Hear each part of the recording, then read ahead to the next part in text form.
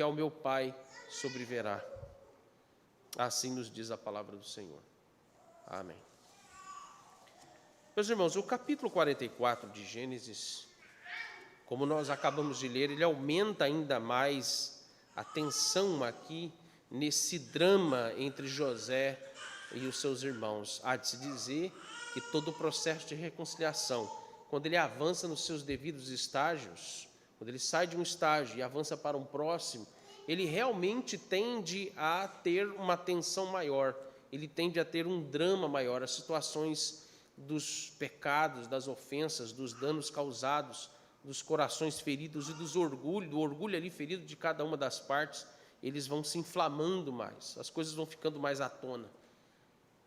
Você percebe que desde o início desse quinto estágio aqui da história de José, nós aprendemos que não há reconciliação se não houver duas coisas fundamentais. Primeiro, nós vimos que se não houver arrependimento de pecados, não é possível reconciliação.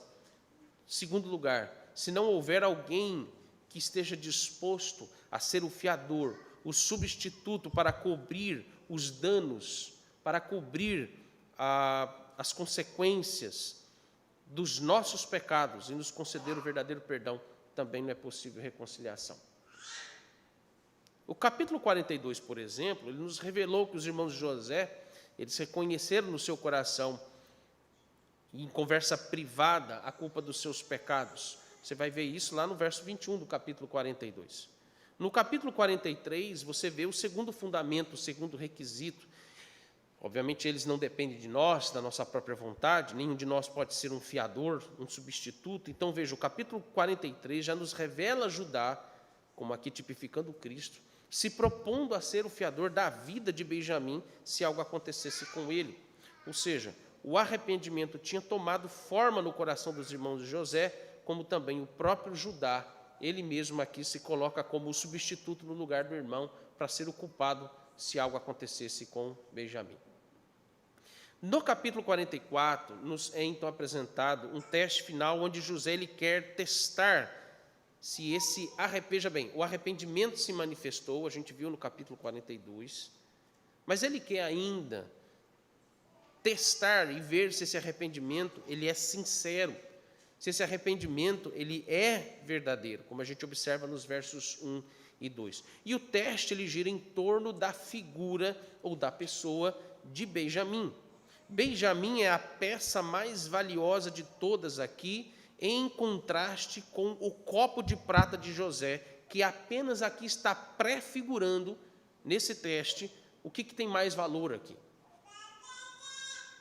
E veja, Benjamim, obviamente, José, conhecendo a família que ele tinha, conhecendo os irmãos que ele tinha, e tendo todas as informações atualizadas sobre o que se passava na casa do seu pai, e como era o relacionamento do pai com todos os filhos, com os seus irmãos, José usa disso, então, com perspicácia.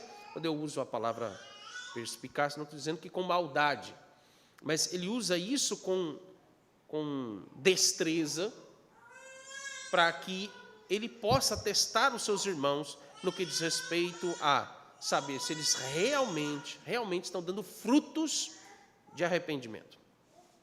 E aí observe que José, ele ordena ao seu servo, ao seu mordomo, que, primeiro, coloque o dinheiro de cada um nos sacos, nos seus respectivos sacos ali dos cereais, e segundo, que ele coloque o copo de prata, que ele usou, inclusive, para beber. Veja que tudo é significativo aqui, nas imagens. O copo que foi usado num banquete com aqueles homens, porque é considerado um copo, em primeiro lugar, não se trata só do valor financeiro, eu diria aqui, né, da preciosidade do metal, mas se trata do valor estimado, tanto no aspecto pessoal para José, tudo isso também é encenado. José não é apegado a essas coisas, é outro detalhe interessante. Ele encena isso, é apenas um pretexto. E tem um outro elemento que envolve o copo de prata, quando colocado no saco de Benjamim, porque há um elemento religioso. Talvez, quando eu estava fazendo a leitura, eu percebi que alguns olhos se arregalaram, quando, no início, no verso 4, José lhe diz, o copo que eu uso para adivinhar, né? Estranho isso, né? José, adivinhador. Não quer dizer interpretar. Não, é adivinhação mesmo, que ele menciona ali. Nós vamos, daqui a pouco, observar o que isso quer dizer aqui no contexto. Mas veja, o verso 4 parece nos apresentar aqui, se nós voltarmos os olhos aos irmãos de José, parece nos apresentar aqui uma satisfação pairando no coração, pairando aqui no ar por parte dos filhos de Jacó, como se eles tivessem logrado êxito, logrado sucesso naquela empreitada que realmente ela foi ali perigosa no Egito, envolvendo a vida de Simeão e também, mais ainda, a vida de Benjamim. Eles então têm uma sensação de satisfação. Resolvemos um problema, está sanado o nosso problema, conseguimos nos livrar de um peso, ou que seria mais um peso sobre eles. Eles conseguiram resgatar Simeão, conseguiram resgatar Benjamim, e eles estão voltando a salvos ao seu pai. Não é assim a sensação de um pai ou de uma mãe, quando ele olha para os filhos, e às vezes alguém elogia o filho e diz, né, que filho bom, você tem um filho obediente, nossa, que filho piedoso. E aí você diz, estou logrando êxito, sucesso na educação dos meus filhos, eu sou o salvador deles. Talvez, parece-nos que essa seja a sensação dos irmãos de José. O ponto em questão aqui no enredo, meus irmãos, deles não terem tido sucesso na negociação com o homem do Egito, mas deles terem pensado que Deus não os afligiria mais uma vez. E eu vou usar aqui uma expressão que é apenas figurativa no contexto, porque a maneira como eles estão satisfeitos dá essa mesma imagem do uso do contrário, né, do efeito contrário, como se alguma coisa viesse a afligi-los novamente, é como se fosse algum tipo de karma, por causa da culpa do pecado de 20 anos atrás, de eles terem feito o que fizeram com José, a maneira como eles foram cruéis com José. E o texto nos indica aquela sensação de falso alívio e satisfação no coração deles, mas algo está por vir. E aí, algo os surpreendem quando uma guarnição armada do exército egípcio os alcança fazendo uma abordagem muito estranha. Não sei se alguém aqui já teve, obviamente eu acho que sim, principalmente os homens, ter a experiência de ser surpreendido, às vezes, na rodovia, você está viajando com a família ou com alguém, e você é surpreendido por uma ou duas viaturas da polícia, isso já aconteceu comigo, e eles vasculham o seu carro, porque talvez você seja confundido com algum criminoso que está em fuga, alguma coisa, algum crime muito sério, muito grave, alguma denúncia de drogas. Isso aconteceu comigo, vindo de Guajará, uma vez de madrugada, eu e o Esli, pastor Esli, voltando de uma reunião, fadigados daquela reunião da comissão executiva do presbitério na época, e eram umas 3 e pouca da manhã, estávamos chegando ali na bifurcação para sair na BR, de volta para Porto Velho, e tinha uma guarnição da Polícia Rodoviária Federal com a Polícia Militar. E foi extremamente constrangedor, porque você não deve nada, você não fez nada, mas ao mesmo tempo fica aquela sensação, será que alguém não colocou alguma coisa no carro?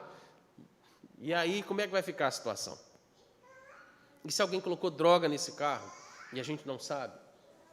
Mas veja, é nessa maneira que acontece, porque eles são acusados aqui de pagarem o bem com o mal. Essa expressão ela é muito forte, mas essa expressão ela é forte, e essa pergunta no verso 4, ela não está apenas conectada ou ligada à ocasião do copo no saco de Benjamim. Mas essa pergunta ela é bem sugestiva e ela traz à tona a condição dessa falsa satisfação e orgulho do coração deles, porque, na verdade, a pergunta é em relação ao pecado que está em secreto no coração deles, que não foi tratado. Não foi apenas o constrangimento de ser aqui acusado, ou de ter sido revistado, mas José, ele de fato está humilhando os seus irmãos neste teste final, porque é como que Deus perfurando a mente e o coração dos filhos de Jacó, como que aquela gigante broca, não sei se vocês já viram, deve já ter visto alguma imagem, mas se não, aquela gigante broca de uma sonda marítima que é usada pelas empresas petrolíferas para perfurar a crosta rochosa que fica lá no fundo do mar para extrair petróleo. O coração de muitas pessoas é assim. E a humilhação é como essa broca que precisa perfurar corações endurecidos, rochosos, que não tem quem consiga quebrar e amolecer esse coração. Nós precisamos lembrar que o texto nos remete a um pecado secreto de 20 anos atrás. E os irmãos de José, eles fizeram um pacto de silêncio. E ninguém, senão José, obviamente, sabia o que tinha acontecido.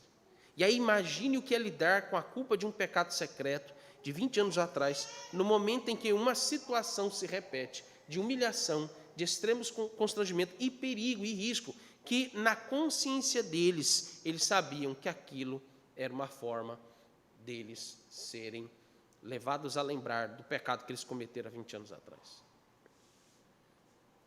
Depois de tantos anos, eu fico imaginando, e eu creio que todos eles sentiram profunda vergonha, constrangimento, sentiram principalmente medo, por causa do mal que fizeram a José, e também do mal que fizeram, inclusive, ao seu pai Jacó. Mesmo que eles estivessem com remorso, pesarosos do mal que eles fizeram, ainda assim, não seria mais possível esconder aquele pecado. E o capítulo 4 vai nos direcionar para esse momento em que os irmãos de José, eles não suportam mais, não aguentam mais ficar segurando um pecado secreto. Olha as reações dos irmãos de José. Primeiro, os versos 7 e 8. Acompanhe na sua Bíblia, mantenha ela aberta, porque nós vamos fazer um exercício de interpretação e de exame das Escrituras. Então, enquanto a pregação está sendo anunciada, um olho tem que ficar vidrado no pregador e o outro olho na Bíblia. É figurada a imagem, obviamente, mas vocês precisam me acompanhar nesse movimento aqui. Acompanhe comigo o raciocínio. Olha a primeira reação dos irmãos de José, que foi presumir que eles eram inocentes daquela acusação. Versos 7 e 8. Estão vendo aí? Rápida leitura que você pode fazer. Se não, anote para você ler com mais atenção em casa e observar isso. Presumir que são inocentes da acusação que foi feita. Quanto ao copo de prata no saco de Benjamim, realmente eles eram inocentes. Mas vamos lá, aqui é um teste. Nós precisamos lembrar que José está testando os seus irmãos. Mas a reação dos irmãos de José gira em torno do pecado secreto, e não em si apenas da acusação de um copo no saco de Benjamim, ou que supostamente estaria em um dos sacos deles. Segunda reação, verso 9, olha o verso 9, foi uma falsa e legalista percepção de justiça, que até o próprio mordomo de José, por isso que eu tenho duas observações aqui pessoais do texto, eu acho, né?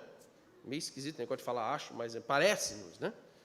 Parece-nos que é o mesmo mordomo lá do capítulo 43, que disse, paz seja convosco, eu acho que é o mesmo, parece-nos ser o mesmo.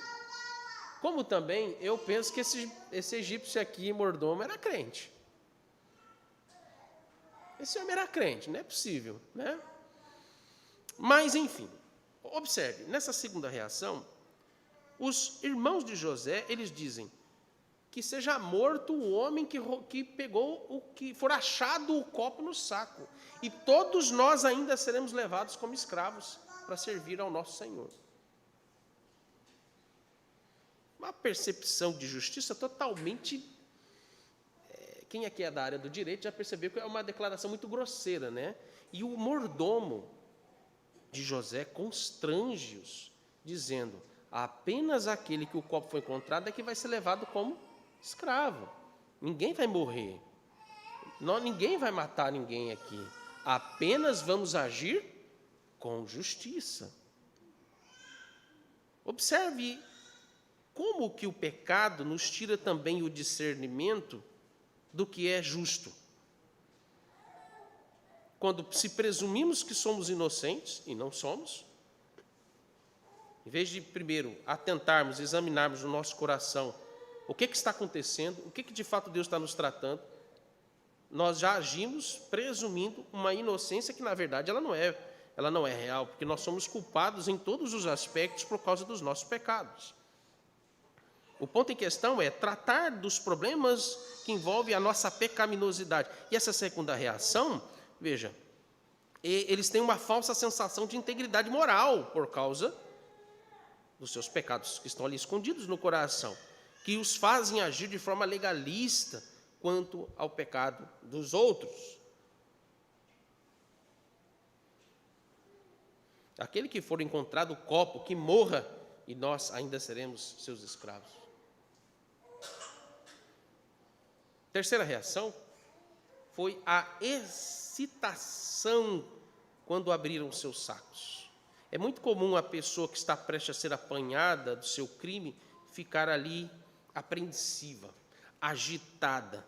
Ela fica falante, fica se justificando ou contra-atacando as autoridades que estão ali revistando ela. Mas esse tipo de comportamento está, na verdade, revelando insegurança, porque naquele momento vem à tona todos os delitos, todos os crimes cometidos no passado. E aí perceba no verso 12 que o mordomo examina os sacos do mais velho para o mais novo. Ele está seguindo a ordem que ele atentamente observou no dia anterior do banquete, quando todos foram servidos na ordem do mais velho para o mais novo. Isto cria não apenas uma tensão, mas nos revela como eles eram levados a um senso, naquele momento que cada saco era aberto. E eles olharam, cada um olhava para o seu saco e via, o saco estava além da medida do que era o acertado no pagamento, porque José fez isso, deu uma medida a mais para todos, abundante. Viram também as trouxas de dinheiro, de moedas, não sei como é, imagino que eram moedas, metais preciosos, dentro de cada saco, cada um, novamente, ou seja, eles não pagaram pela comida, que estava além do que era o acertado, o que deveria ser o peso de mercado. E aquilo eu fico imaginando que cada saco sendo aberto, na sensação de vergonha, porque novamente, ao verem o dinheiro de cada um nos seus respectivos sacos, isto revela a ingratidão do coração pela generosidade e benevolência de José. Mas o copo ali foi achado no saco de Benjamim, como a gente vê no verso 12. E no verso 13, nos diz que os filhos de Jacó entraram em desespero. Superficialmente, se a gente lê essa passagem, nós vamos ver, ou nós podemos pensar, algo negativo dos irmãos de José quanto a esse desespero, porque diz que o texto rasgaram as vestes. É ato de desespero. Jó, quando soube da notícia que todos seus filhos morreram e ele perdeu tudo, ele rasga, menos a esposa, que era rixosa, né? Mas ele rasga as suas vestes. É sinal de desespero, de profundo luto. Significa, estamos perdidos, estamos mortos, não há salvação para nós. Essa é a reação. E essa reação ela não é negativa, irmãos, no texto. Mas o propósito de Moisés, quando ele escreveu, ou ele nos revela que essa reação, que podemos considerá-la como positiva, é que vai mudar o rumo dessa história, porque ela poderia ser pior. Eu imagino, e é claro, José não ia matar os seus irmãos. José não ia agir com injustiça contra os seus irmãos. E o que seria muito oportuno, porque a posição que ele ocupava, ele poderia muito bem se vingar dos seus irmãos. Mas não era essa a intenção de José. José passou também por um processo de transformação. O ponto aqui em questão, repito de novo, lá no início do texto, é testar se realmente eles estão arrependidos. Se realmente eles foram transformados. E é por isso que essa foi uma reação positiva e que vai mudar o rumo desse drama. Os versos 13 e 14, eles nos mostram que os irmãos de José passaram nesse teste aplicado por ele. O copo foi encontrado no saco de Benjamim. Seus irmãos poderiam se safar daquela situação, deixando Benjamim à mercê da sua própria sorte, já que então o mordomo disse que é você que vai ser... O problema é seu, se vira, ninguém mandou você não olhar e não verificar, Você que dê teu jeito. Nós vamos voltar para casa, não foi isso que eles fizeram, até pior com José? Venderam José como escravo e enganaram o pai, dizendo que José foi morto por um animal feroz. Olha, encontramos a capa. Cínicos, frios, calculistas, debochados. Mas agora eles agiram diferente, por isso que eu digo, é uma reação positiva. Porque eles não apenas entram em estado de desespero, mas aqui a história nos mostra que eles voltaram juntos e não abandonaram seu irmão Benjamim. Voltaram juntos, vamos voltar juntos. Não, vamos deixar Benjamim. Se tiver que morrer, vai morrer todo mundo junto. Vamos voltar todo mundo. Se tiver que ficar escravo todo mundo, nós vamos ficar todo mundo aqui escravo. Dos versos 14 ao 34, a segunda seção estabelecida aqui no capítulo 44, o texto nos relata o processo em que envolve aqui esta confirmação do arrependimento dos irmãos de José. Vamos observar como que isso acontece. Judá agora aqui, ele é revelado como o líder dos seus irmãos, como o representante dos seus irmãos. Segundo, eles não se curvam, perceba que o texto vai dizer que eles se prostram, a expressão que é usada no texto vai dizer que eles se prostram, mas eles não se curvam em reverência a José. Também, obviamente, não é aqui um sinal de rebeldia, mas quando eles se prostram, o texto lá no sentido original é se jogar ao chão. O sentido original é demonstração de ato de desespero e indignação, porque eles sabiam. E por que eles fizeram isso? Porque eles sabiam que Benjamim era inocente. Eles sabiam que Benjamim não tinha roubado o copo de prata. Eles conheciam o irmão que tinham. Sabiam que que Benjamim não tinha feito aquilo. Por isso a expressão de indignação. E José faz também uma indagação de indignação. José está encenando aqui o contexto do copo. É um pretexto o copo. Mas ele também indaga. E essa indagação ela é muito intrigante. Olhe para o verso 15. O que é que ele vai dizer em outras palavras, conforme o texto nos diz? Mas em outras palavras ele vai dizer: vocês acharam que iam se safar de nós? A pergunta, o tom dela é essa. Vocês pensam que olha bem, a tônica da pergunta, o sentido dela. Vocês pensam que os deuses dos egípcios, ou dos deuses do Egito, não nos revelariam por adivinhação que vocês tinham roubado o copo de prata? A associação é perfeita. Por que é perfeita? Porque ele está associando aquilo que é encenado, como um pretexto, com aquilo que é falso. Os falsos deuses, eles não transmitem a verdade, eles transmitem aquilo que é mentiroso, é falso.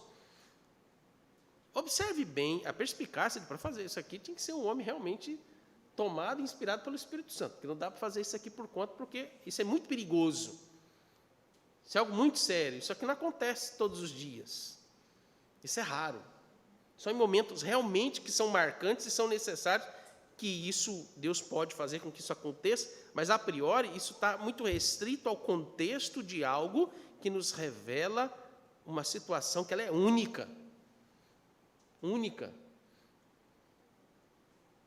Mas o teste, esse teste aqui, veja, José ele não está apostatando da fé, irmãos, ele não praticava adivinhação, feitiçaria, ele não adorava os deuses dos egípcios, mas ao usar isso como pretexto, ele usando como pretexto a religião dos egípcios, para incrementar o teste e saber não apenas, veja, ele não está aqui testando apenas a integridade moral dos seus irmãos.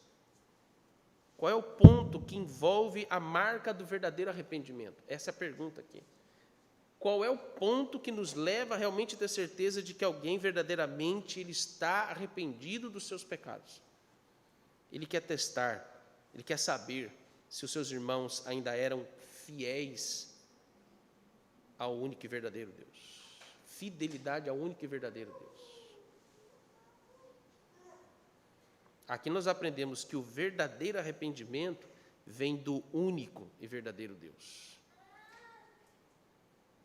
falsos deuses não são capazes de oferecer verdadeiro arrependimento aos homens. Eles oferecem outras coisas, que inclusive a despeito do verdadeiro arrependimento. Eles oferecem prosperidade terrena, eles oferecem satisfação pessoal, eles oferecem tudo que envolve a alegria das coisas do mundo, mas jamais eles vão oferecer aquilo que destrói o que eles mesmos oferecem aos homens para escravizá-los. Jamais. O ponto em questão, no que diz respeito a provar a inocência de Benjamim, era exatamente livrá-lo dessa condição injusta. E não há outra forma de fazer isto, senão que os irmãos de José, a única forma de livrar Benjamim daquela situação e provar a inocência dele, era que eles fizessem uma confissão pública do seu pecado secreto de 20 anos atrás. Essa é a parte mais dramática, difícil e dolorosa que agora Judá precisa se interpor e representar seus irmãos. Algumas observações. Olhe para a parte A do verso 16. A parte A do verso 16 nos mostra uma admissão pública do pecado. Segundo, na parte B do verso 16, nós temos aqui o reconhecimento de que foi Deus quem revelou o seu pecado secreto. Não foram os deuses egípcios, mas foi o único e verdadeiro Deus. Observando, eu faço questão de ver com vocês o texto em si, para que vocês percebam isso com muita clareza. Olhe bem, o Gênesis 44, verso 16, quando ele diz o seguinte, olhe bem as palavras de Judá. Que responderemos ao meu Senhor? Que falaremos? E como nos justificaremos? Aqui está a admissão pública do pecado. O que dizer? Como que? O Judá poderia ter dito, não, ele poderia ter contra-argumentado, poderia ter feito o que pôde para dizer, olha, tem vários elementos, tem vários indícios, né? Contratar advogado, vamos lá, porque nós somos inocentes nessa história. Não. Veja que isso se remete a pecados do passado. Que responderemos? Que falaremos e como nos justificaremos? Quando Deus traz à tona os nossos pecados, você ainda vai argumentar? Você ainda vai se justificar? A resposta certa que Deus nos dá de um verdadeiro arrependimento é esse. Cale-se o coração, silencie o coração, porque não há o que dizer perante o Senhor. Que responderemos ao nosso Senhor? Que falaremos? Como vamos nos justificar diante do pecado que está estampado e não pode ser escondido dos olhos do Senhor? O Senhor sabe, o Senhor tudo vê. E nesse aspecto a gente aprende que não existe pecado perfeito. A concepção do pecado perfeito é aquele pecado que você comete contra Deus, contra o próximo. Ninguém sabe, só você sabe. E você fica impune aqui nessa vida desse pecado. Mas não existe pecado perfeito. Todo pecado diante do Senhor será julgado no dia do juízo final. E o Senhor já tem te julgado, se Ele tem te deixado alimentado, nutrido nesse pecado secreto do seu coração. Por isso a condição de humilhação que esse texto impõe. Realmente, uma humilhação, e ela é necessária. Como também você observa a parte B do verso 16, ele dizendo, achou Deus a iniquidade de teus servos, eis que somos escravos do meu Senhor, tanto nós como aquele em cuja mão se achou o copo. Eles mesmos se dizem culpados, assumem o erro. E aqui está a confissão de fé de Judá, como também dos seus irmãos, o que talvez possa semelhar um pouquinho, nem tanto assim, aquilo que acontece quando Jesus pergunta o que aos discípulos: o que vocês dizem de mim, o que vocês pensam de mim? E Pedro impetuosamente toma a frente e diz: tu és o Cristo, o Filho do Deus vivo. Que ele diz, falando exatamente o que os demais também creem. A verdadeira confissão que está estabelecida na boca de Judá, quando nós temos aqui Judá, tanto se humilhando na presença de José, como também Judá, ele reconhecendo que o único e verdadeiro Deus é quem trouxe à tona os seus pecados secretos. E ele está como que dizendo para José, sem provocar José, não sabendo que era José, até então é um homem egípcio, como é chamado nos textos anteriores, e ele dizendo: olha, não foram os deuses egípcios que vocês aí descobriram, os nossos, não, foi o único e verdadeiro Deus que traz à tona todas as coisas, que sabe todas as coisas. Terceiro, olha para o verso 18. José se humilha na presença de José, clamando por misericórdia, fazendo uma súplica de clemência, no verso 18, quando ele diz aqui: então Judá se aproximou dele e disse: ah, meu senhor,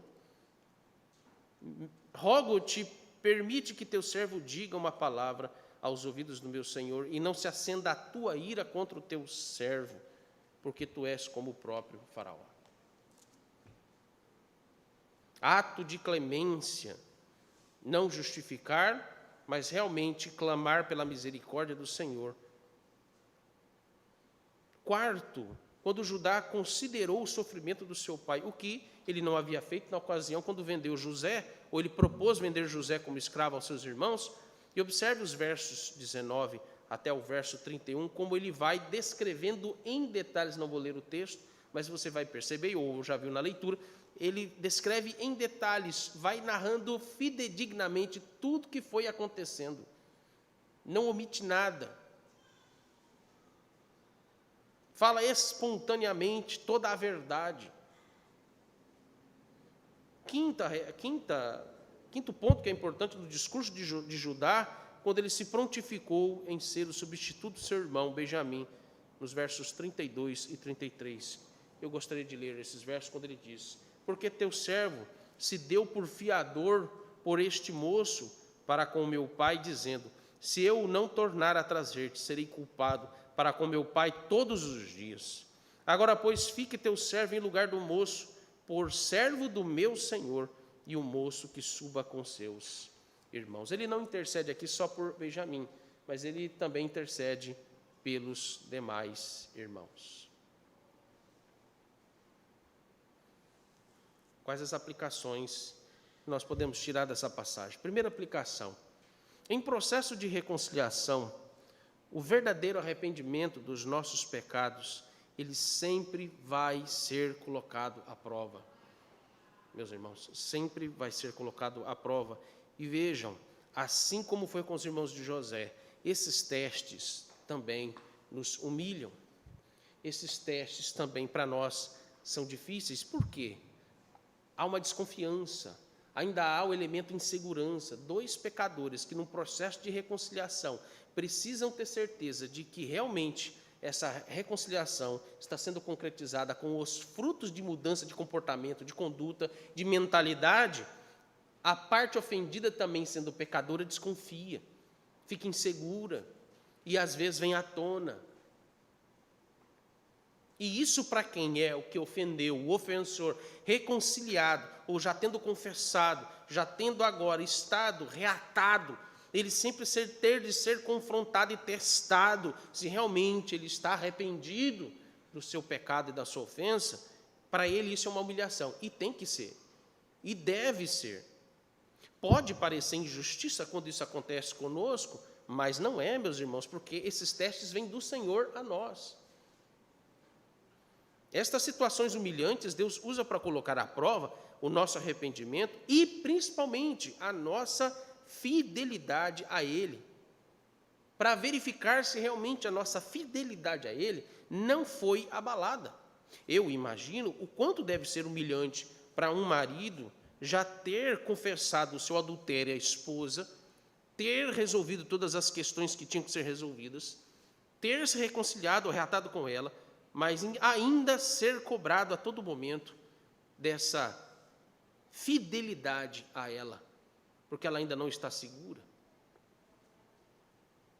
Deve ser difícil para um filho rebelde ter de, o tempo todo, dar satisfação de forma ríspida, rígida e dura dos seus pais, quanto à sua vida, no mínimos detalhes, porque os seus pais perderam a confiança nele, apesar dele estar demonstrando o arrependimento dos seus pecados.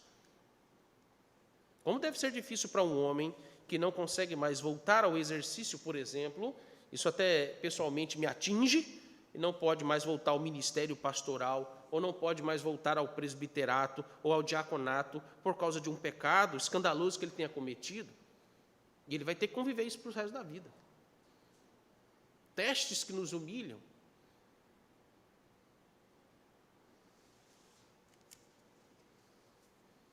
A questão aqui não é o que você perdeu. A questão aqui é se você, diante desses testes, diante dessas humilhações, se você realmente tem sido fiel ao Senhor. Qual será a sua postura se Deus te colocar à prova com privações e consequências do seu pecado pelo resto da sua vida? Você vai se manter fiel a Ele? Você vai se manter firme na sua confissão, na sua admissão e na sua luta contra os seus pecados e por mudança na sua vida? Ou você vai se vitimizar, vai se autocomiserar, vai buscar justiça própria e desistir de tudo? O que você vai fazer? Esse é o propósito de sermos humilhados, mesmo após a confissão pública, mesmo após tendo sido declarado perdoado. A segunda aplicação, eu quero que você fique atento ao detalhe da questão do copo de prata, usado como pretexto para o teste dos irmãos de José. Primeiro no verso 5, volte os seus olhos no texto, verso 5. Quando José, que ele orienta o seu mordomo sobre o que dizer nessa suposta acusação aos seus irmãos, quando ele diz: não é este o copo em que bebe o meu senhor e por meio do qual faz suas adivinhações? Olha o verso 5, nos revelando uma prática religiosa pagã que era muito comum entre os egípcios, que é a adivinhação por meio da hidromancia, que é derramar óleo sobre a água, para ver como que o óleo vai, qual a forma que o óleo vai tomar dentro da água. Tem de tudo quanto é coisa, né? É chamado de hidromancia, ou também a chamada oriomancia, que é derramar água sobre o vinho, que esse troço é até mais cabuloso, que eu não queria até entender como é que é isso. Não sei se é a coloração que muda, como é, que pode definir alguma coisa diferente da outra em relação ao que é, o que não é, né? Do que está se perguntando lá aos espíritos, aos deuses. Hoje tem as formas mais modernas, hoje tem os famosos jogos, com toda a ordem alfabética, números, sim e não, façam umas invocações a algum espírito lá de adivinhação, e os jovens e adolescentes brincam com aquilo e perguntam as coisas. E às vezes essa brincadeira não vai terminar bem.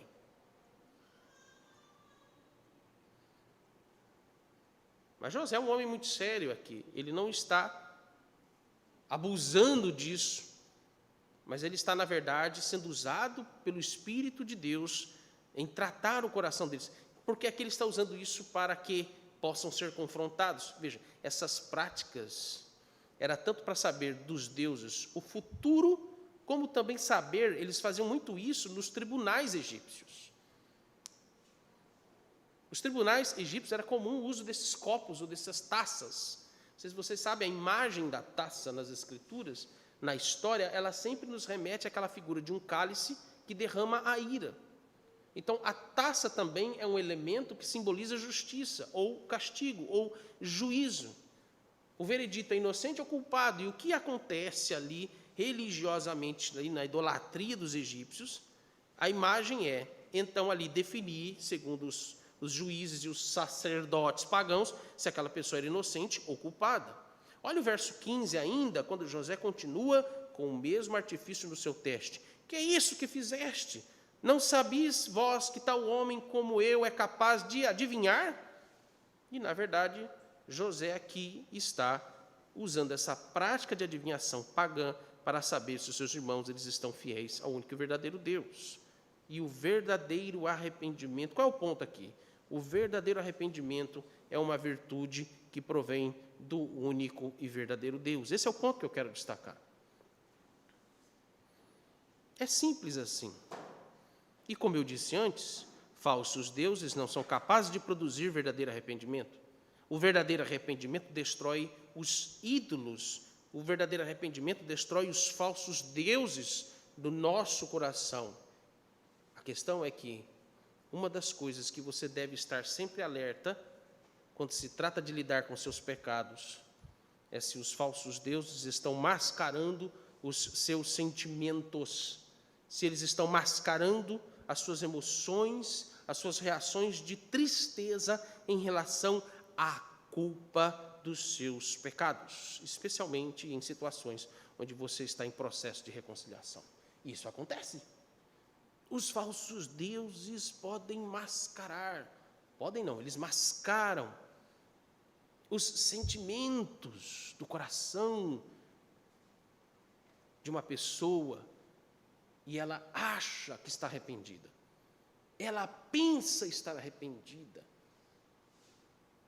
mas não está.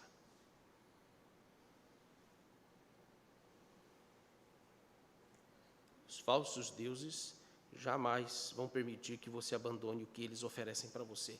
Jamais. Jamais os falsos deuses desistem de lutar pela sua alma. Foi quase arminiano agora aqui, né? Mas é a verdade. Isso aqui é a pura verdade. Eles não se cansam, nós nos cansamos. Porque o pecado nos enfraquece. O pecado nos derruba. O pecado nos deixa curvados, prostrados diante dos anseios e os desejos do nosso coração. Mas os falsos deuses estão ali. Às vezes eles fingem ser fracos, mas não, eles não estão fracos. Eles estão insistentemente trabalhando, impulsivamente, incansavelmente, para que você mascare essa tristeza, esse sentimento de culpa, para que não se arrependa verdadeiramente dos seus pecados. Satisfação e alegria no pecado. Esse é o ponto. Satisfação e alegria no pecado. Muitas vezes eles propõem uma barganha, eles te persuadem a sentir remorso, culpa, derrama lágrimas e lágrimas, choros e mais choros, atos de desespero pelo que você fez, para não perder os benefícios da sua vida social, familiar, para não perder os seus prestígios, para não perder os seus benefícios financeiros, pessoais, porque todos esses prestígios e benefícios lhes são úteis para satisfazer e ter alegria nos seus pecados. Entendeu por que Deus tira um monte de coisa da gente? Por que Deus tira muitas das nossas alegrias? Por que Deus tirou de Jacó José por um tempo? Privou José da sua família? Por que Deus tratou José? Por que Deus escravizou? Por que Deus colocou José na condição de escravo? Por que José teve de sofrer injustiças? Precisavam ser humilhados. Eu e você precisamos ser humilhados para que abandonemos os nossos pecados, para que realmente tenhamos a imagem real e verdadeira do que é o pecado. O pecado é algo aterrorizante. O pecado, ele não traz alegria verdadeira. O pecado, ele destrói, corrói todas as nossas percepções do que é verdadeiro, meus irmãos. A resposta de José é reveladora a nós, aliás, de Judá, perdão. A resposta de Judá ela é reveladora a nós aqui, como provavelmente foi para José também. Quando você olha para o verso 16, que responderemos ao meu Senhor? Que falaremos? E como nos justificaremos? Isso aqui o texto poderia acabar aqui, né? É um negócio assim que não tem o que dizer. O que dizer ao Senhor dos nossos pecados, senão que todos os dias a única coisa que a gente tem que falar é: pequei contra ti, Senhor, contra ti somente pequei. Achou Deus a iniquidade dos teus servos?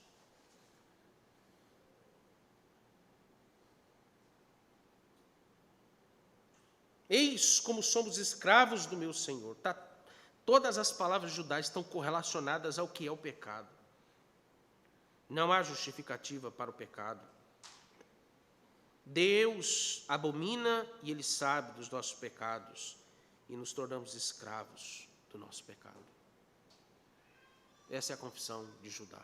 Coerente, 100%, com todas as confissões que você encontrar nas Escrituras de confissão de pecados. São coerentes. Elas falam a mesma coisa. Se você ler o Salmo 32, se você ler o Salmo 6, se você ler o Salmo 51, todas as confissões de pecados, elas têm a mesma declaração. Meus irmãos, o verdadeiro arrependimento produz verdadeiros frutos. Primeiro, não procura justificativos e argumentos para os seus pecados. O verdadeiro arrependimento nos faz calar diante da presença do Senhor e nos atemorizar. Silencia o nosso coração. Não há o que falar, não há o que argumentar. Segundo, o verdadeiro arrependimento vai fazer com que não atribuamos a mais ninguém de terem sido expostos aos nossos pecados, senão diante do próprio Deus, que traz à luz tudo que está oculto e em secreto. Há uma admissão e reconhecimento público dos nossos pecados, principalmente quando esses pecados são públicos.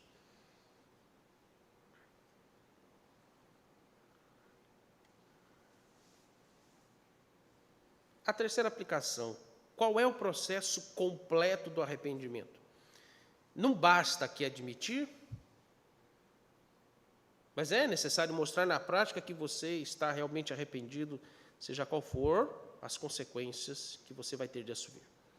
E aí veja a diferença e o contraste da postura dos irmãos de José. Primeiro, agem de forma presunçosa, como se fossem inocentes da acusação dos seus pecados, mas quando o pecado está diante deles e é descoberto por Deus, eles são submetidos a um processo completo de verdadeiro arrependimento. Desespero que envolve verdadeira convicção dos seus pecados. Olha o verso 13. Veja como isto nos é confirmado pelas palavras do profeta Isaías, quando ele diz: ai de mim, estou perdido, porque sou homem de lábios impuros, habito no meio de um povo de impuros lábios, e os meus olhos viram o Rei, o Senhor dos Exércitos. A ideia de ver o Rei, a ideia de ver o Senhor dos Exércitos, diz respeito ao que está descoberto diante de Deus. Segundo, reconhecimento e admissão, que é a confissão de pecados, lá no verso 16. Isso confirma-se claramente no Salmo 51, nas palavras do rei Davi, quando ele diz: pois eu conheço as minhas transgressões, e o meu pecado está sempre diante de mim. Pequei contra ti somente eu fiz o que é mal perante os teus olhos, de maneira que serás tido por justo no teu falar e puro no teu julgar. Eu nasci na iniquidade e em pecado me concebeu minha mãe. Terceiro, humilhação e clamor por misericórdia. Olhe novamente ainda as palavras do rei Davi, só que agora lá em 2 Samuel 24, quando ele diz: sentiu Davi bater-lhe o coração depois de haver recenseado o povo, e disse ao Senhor: muito pequei no que fiz, porém agora, ó Senhor, peço-te que perdoes a iniquidade do teu servo. Olhe bem essas palavras: porque procedi muito loucamente.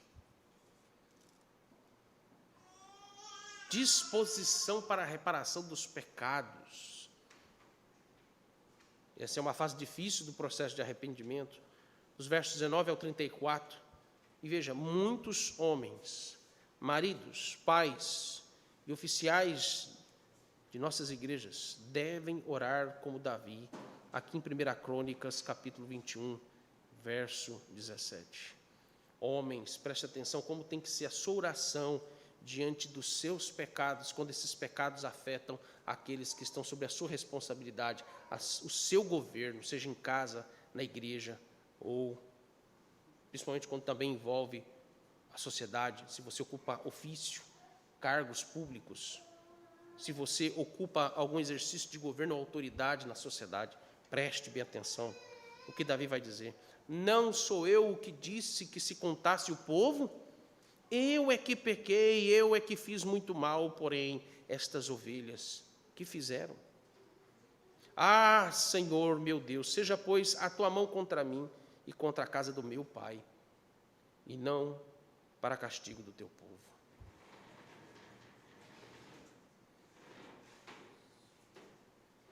Quinto, admitir as responsabilidades e consequências dos seus pecados. Como a gente viu nos versos 32 e 33 das palavras de Judá. Admitir as responsabilidades e consequências dos nossos pecados é uma forma de, aqui, reconhecer que o pecado é o mal muito maior do que qualquer tragédia e sofrimento que já ouviu falar neste mundo. O pecado, meus irmãos, é um mal muito maior do que a própria morte. Pior do que morrer é ser entregue por Deus ao seu próprio pecado. Isso é pior que a morte.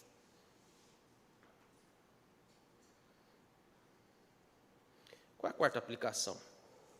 Mais uma vez, José e Judá estão tipificando Cristo nesse drama. José ele nos aponta para Cristo como aquele que é o testador e o revelador da graça e da generosidade de Deus em conceder a oportunidade para o verdadeiro arrependimento. E aqui Jesus nos é apresentado como o revelador da graça de Deus, mas enquanto não houver verdadeiro arrependimento, vamos continuar na escuridão dos nossos pecados e não veremos o nosso Senhor Jesus. Bem-aventurados os que são limpos de coração, porque verão a Deus. Mas se não estão purificados dos seus pecados, não verão o Senhor.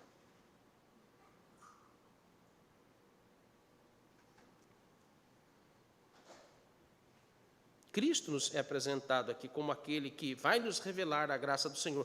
Mas, meus irmãos, enquanto não dermos a conhecer, enquanto não admitir, enquanto não desprezar e abandonar o pecado, Jesus não se dará a conhecer a nós. Judá, por outro lado, tipifica Cristo como aquele que é o nosso fiador, o substituto do castigo dos nossos pecados. Os próprios irmãos de José, eles sabiam, como também admitiram que eles mereciam a morte, mereciam estar escravizados por terem atentado contra a vida de José, o vendendo também como escravo. Olha como é que a coisa volta à tona. O cenário é o mesmo. Eles estão agora sendo subjugados pelo mesmo pecado que cometeram. Merecem a mesma coisa. Deus é justo. Milimetricamente justos. Estão na mesma condição quando José estava há 20 anos atrás. Que aqui, veja, Judá era tão culpado como os demais irmãos de terem atentado contra José, até porque foi ele que propôs a venda de José como escravo para não matá-lo, não tirar a vida dele. E é por isso que todos eles, e aqui inclui também Judá é um tipo de Cristo, mas veja, Judá não é um fiador perfeito. Judá, todos eles, como o próprio Judá, eles tiveram de ser poupados. Judá não podia ser o fiador, Judá não poderia ser aquele fiador satisfatório no lugar de Benjamim e de seus irmãos, porque ele também precisava de Cristo como seu fiador perfeito para expiar e garantir o perdão de todos os seus pecados. Lembra de Judá no capítulo 39? Ou melhor dizendo, capítulo 38. Lembra de Judá e Tamar? Ela procedeu de forma mais justa do que eu, porque eu não cumpri com a minha palavra e não dei o meu filho mais novo para substituir o irmão mais velho dele, para que pudesse dar continuidade à descendência.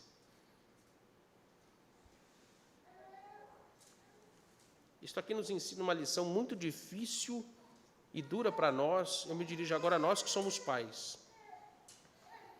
Por mais que você ame seus filhos, Por mais que você tenha alta consideração pelos seus filhos, esteja disposto a dar a sua própria vida para salvar seus filhos, preste bem atenção, você não pode e jamais poderá ser o fiador dos pecados deles.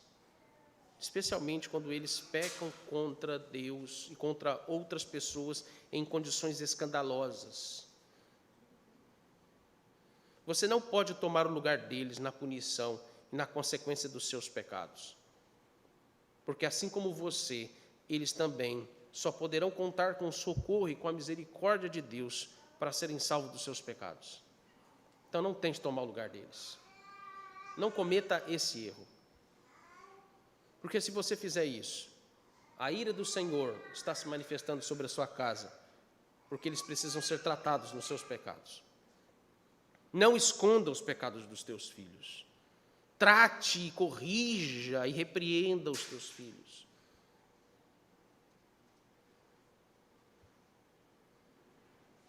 Não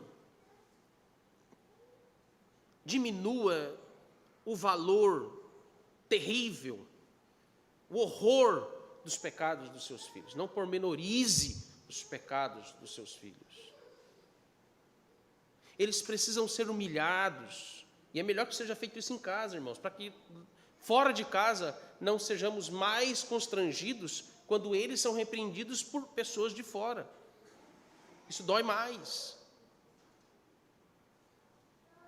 Todos eles precisam passar pelo processo de humilhação, de processo de uma correção, que tem que humilhar o coração deles, eles precisam sentir a dor do pecado deles.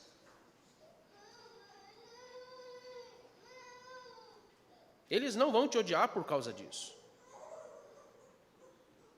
E aí eu preciso dizer, inclusive, que a ferramenta, o instrumento que a Bíblia nos dá, não sei que mágica tem nisso, porque não tem mágica nenhuma, é óbvio, mas é o que Deus ordena na sua palavra, e o que Deus ordena a gente tem que fazer, né? É um mistério, por que tem que ser a vara? Mas é a vara, use a vara. A partir de quando, pastor? A partir do momento que ele é gente já, ué.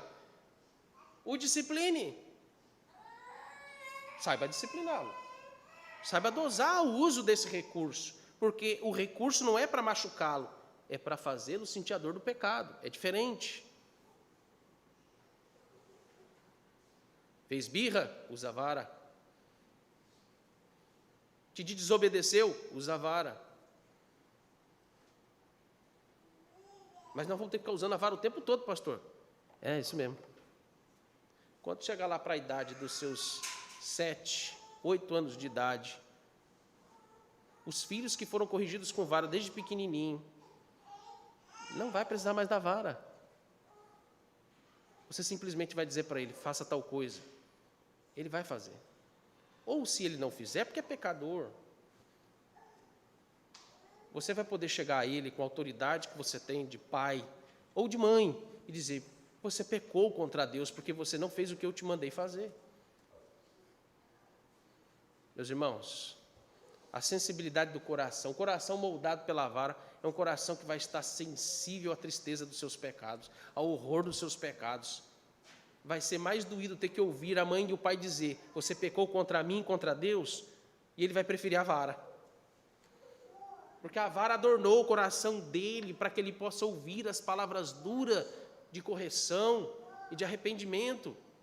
E ele não vai suportar e ele vai ter que dizer, pequei contra Deus. Contra Deus somente eu pequei. Estou arrependido.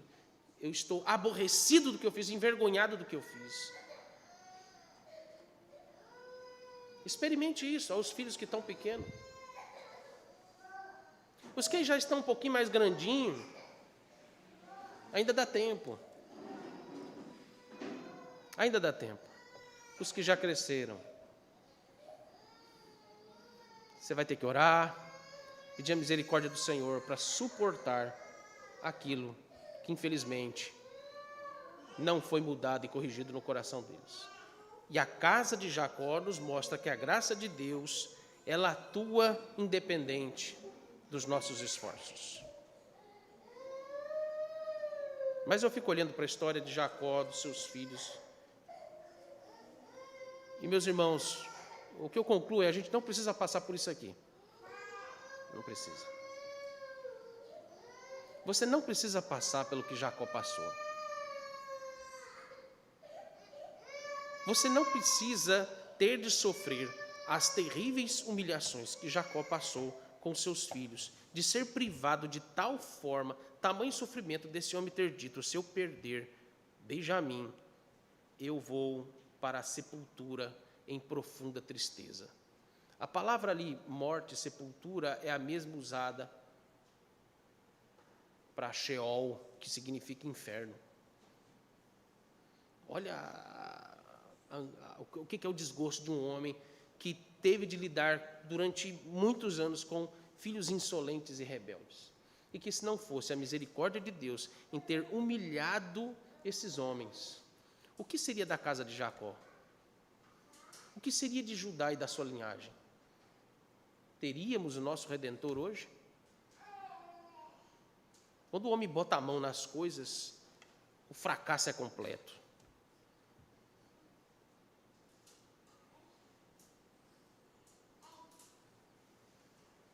Eu, por fim, termino lhe perguntando como que você realmente tem lidado com seus pecados e como que você tem lidado com seus pecados secretos. Como que você tem lidado com as ofensas de talvez anos atrás? Como você tem lidado com os pecados que você causou a pessoas há muito tempo atrás? Eu espero que o Senhor esteja falando ao seu coração e que haja realmente verdadeiro arrependimento, o arrependimento completo, e você esteja disposto a assumir os danos dos seus pecados, para que você seja reconciliado com Deus por meio de Jesus Cristo.